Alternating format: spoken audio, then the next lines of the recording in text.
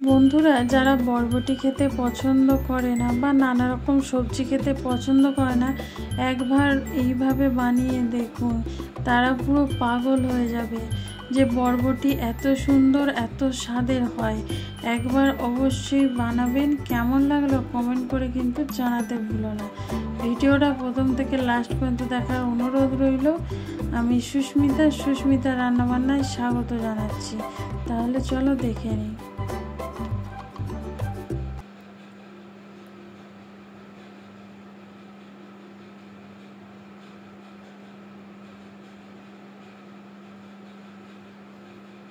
এখানে কিছু সবজি কেটে নিয়েছি আমি। দেখো, মূলো, কচু, বরবটি সব কেটে ভালো করে ধুয়ে পরিষ্কার করে নিয়েছি। বরবটি, মূলো, কচু, আলু এগুলো সব লম্বা লম্বা করে কেটেছি। এবার কড়াতে দেখো একদম বেশি করে তেল দিয়ে দিয়েছি। তেলটা ভালো করে গরম করে নিতে হবে। তেলটা ভালো করে গরম হয়ে গেলে আমি বরবটিগুলো তুলে দেবো তেলেতে। বরবটিগুলো হাই ফ্লেমে একটু হালকা করে ভেজে নিতে হবে। বরবটিগুলো ভেজে যে একদম শুকনো করে দেওয়া যাবে না, যাতে বরবটি একটা হালিষ্টি গন্ধটাও চলে যায় আর এর সবুজ রঙটাও যেন বজায় থাকে, সেদিকে দেখতে হবে। বেশি ভাজা হয়ে গেলে সবজির উপকারিতাটা নষ্ট হয়ে যায়, তাতে কোনো উপকার থাকে না। বরবটিটা আমি একটু ভেজে নিচ্ছি।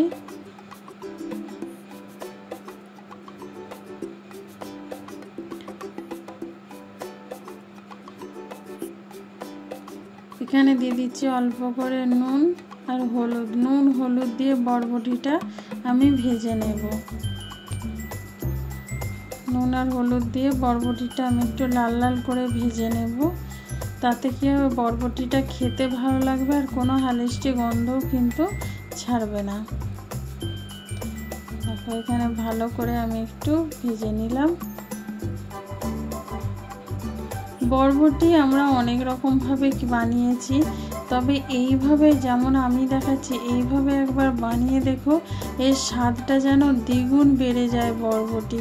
যারা বরবটি খেতে পছন্দ করে না তারা কিন্তু আমি গ্যারান্টি দিচ্ছি অবশ্যই তারা চেয়ে চেয়ে খাবে, এত টেস্টি হয়। দেখো, বরবটিটা দেখতে পাচ্ছ হালকা ভাজা হয়ে গেছে। এবার আমি নামিয়ে নেবো, আর এর থেকে বেশি ভাজবো না। এবার ওই তেলের মধ্যেই দিয়ে দেবো আমি সব সবজিগুলো, আলু, কচু, মূলো সবগুলোই আমি এখানে দিয়ে দেবো।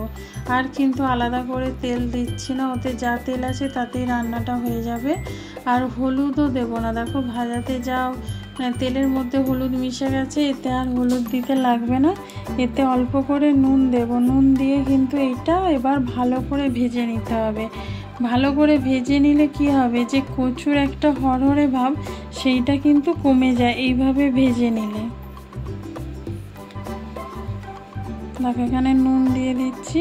নুন দিয়ে এবার ভালো করে এটা একটু ভেজে নেব। একটু লাল লাল করে এটা ভেজে নিতে হবে, তাহলে দেখবে কচুর যে হরহরে ভাবটা অনেকটাই কমে যায় আর খেতেও কিন্তু ভালো লাগে। এই সিজনে কিন্তু কচু মূলোর তরকারি খুব ভালো লাগে খেতে। দেখো, এখানে সবজিগুলো দেখতেই পাচ্ছ লাল লাল করে একদম ভাজা হয়ে গেছে। এর থেকে আর বেশি ভাজবো না। এবার আমি নামিয়ে নেব। কড়াতে আবার তেল দিয়েছি। তেলটা ভালো করে গরম হয়ে গেলে এবার দিয়ে দিচ্ছি পেঁয়াজ কুচি। পেঁয়াজটা ভালো করে একটু ভেজে নিতে হবে। একটু বড় সাইজের পেঁয়াজ কুচি দিলাম, দিয়ে এবার ভালো করে একটু লাল লাল করে ভেজে নিচ্ছি পেঁয়াজটা।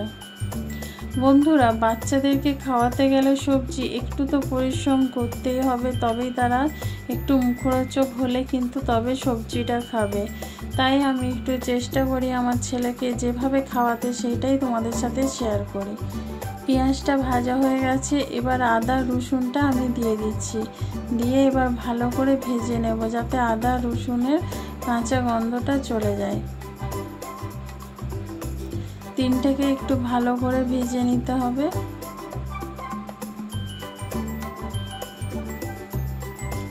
তিনটে ভালো করে ভাজা হয়ে গেলে দিয়ে দেবো একটা টমেটো কুচি। একটা বড় সাইজের টমেটো আমি এখানে দিয়ে দিচ্ছি। দিয়ে এবার ভালো করে একটু মশলাটা কষিয়ে নেব, যাতে টমেটোটা ভালোভাবে নরম হয়ে যায়, একদম গলে যায়, সেরকমভাবে একটু ভেজে নিতে হবে। বন্ধুরা এখানে দেখতে পাচ্ছ টমেটোটা একদম গলে গেছে। এবার এর মধ্যে কিছু গুঁড়ো মশলা দেব। এখানে দিয়ে দিচ্ছি স্বাদ মতো নুন, ভাজার সময় নুন দিয়েছি, তো তোমরা দেখেও নুনটা দেবে। তারপরে দিয়ে দিচ্ছি হলুদ গুঁড়ো, তারপরে দেব এখানে ধনে গুঁড়ো, এখানে দিলাম ধনে গুঁড়ো, তারপরে দিচ্ছি ঝাল লঙ্কার গুঁড়ো। ব্যাস, দিয়ে এবার ভালো করে মশলাটা একটু কষিয়ে নেব। একটু মুখরোচক হলে বাচ্চারা কিন্তু যে কোনো সবজি খেতে পছন্দ করবে। বিশ্বাস হচ্ছে না? তোমরা এইভাবে মুখরোচক করে বানিয়ে দেখো, ভাত, রুটি, পরোটা যে কোনো জিনিসের সাথে খেতেও ভালো লাগবে, আর ছোট থেকে বড় সবাই পছন্দ করবে খেতে। যারা এরকম সবজি পছন্দ করে না, কচু, মূলো, তারাও কিন্তু বাজার থেকে নিজে গিয়ে কিনে আনবে। একবার এইরকমভাবে বানিয়ে দেখো। দেখো মশলাটা খুব সুন্দর করে কষিয়ে নিয়েছি, দেখতেই পাচ্ছ। এবার দিয়ে দেবো ভেজে রাখা সব সবজিগুলো দিয়ে ভালো করে মশলাটার সাথে একটু কষিয়ে নিতে হবে। দেখো বন্ধুরা, বরবটিটা আমি কিন্তু খুব ভাজিনি বলে দেখতেই পাচ্ছ বরবটির সবুজ রঙটা কিন্তু রয়েছে, আর বেশি ভেজে দিলে কিন্তু সবুজ রঙটা নষ্ট হয়ে যেত আর উপকারিতাটাও আর থাকতো না। এইভাবেই কিন্তু তোমরা ভেজে রান্না করবে, বা মশলাটার সাথে একটু 1 থেকে 2 মিনিট একটু কষিয়ে নেব, যাতে ভালোভাবে মশলাটা সব সবজির গায়ে লেগে যায়।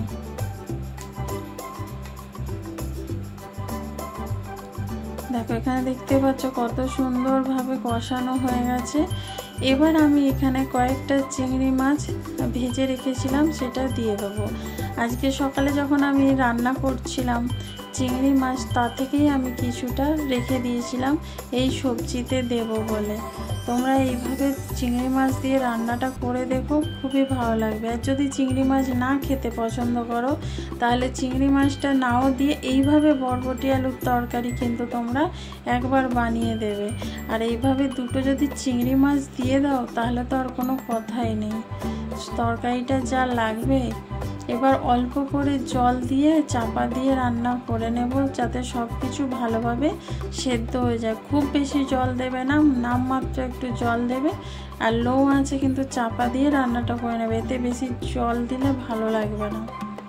দেখো কত সুন্দর হয়ে গেছে, দেখতে পাচ্ছ সব কিছু একদম পারফেক্ট সেদ্ধ হয়ে গেছে। এটা এখনও শুকনো হবে, একটু জল জল ভাব আছে।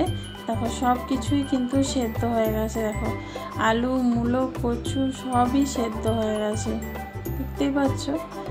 এইভাবে কিন্তু একটু সেদ্ধ করে নিতে হবে, তাহলে দেখবে সব খেতে কিন্তু খুব ভালো লাগছে। এবার দিয়ে দেবো নামানোর আগে একটু ধনেপাতা কুচি। ধনেপাতা কুচি দিলে না খুব সুন্দর একটা সেন্ট হয়। আর দেব হাফ পাতিলেবুর রস। এই ধনেপাতা আর পাতিলেবুর রসটা দিলে পুরো তরকারির স্বাদটাই পাল্টে যাবে, মানে এত দুর্দান্ত স্বাদের হবে যে তোমরা নিজেরাই পাগল হয়ে যাবে যে এরকমভাবে আগে কেন বানায়নি। আর এই চিংড়ি মাছ যারা পছন্দ করে না বা গন্ধ লাগে, এই লেবু বা ধনেপাতা দিয়ে দিলে তারা বুঝতেও পারবে না যে এতে চিংড়ি মাছ দেওয়া আছে, যতক্ষণ না মুখে পড়বে। কিন্তু তরকারির স্বাদটা হবে অসাধারণ। তাহলে দেখতেই পেলে সেরকম কোনো ঝামেলা না করেও কিন্তু এত টেস্টি তরকারি বানানো যায়। তারপর একদম শুকনো শুকনো করে নিয়েছি, দেখতেই পাচ্ছ। এইভাবেই কিন্তু একদম মাখো মাখো করে নামিয়ে নিতে হবে। নামিয়ে তোমরা গরম ভাতের সাথে, রুটির সাথে, যে কোনো জিনিসের সাথে খেতে পারো, খুব ভালো লাগছে। তোমরা একবার অবশ্যই বানিয়ে দেখো, তারপরে আমাকে কিন্তু কমেন্ট করে জানাতে একদম ভুলবে না যে আজকের রান্নাটা কেমন লাগলো তোমাদের।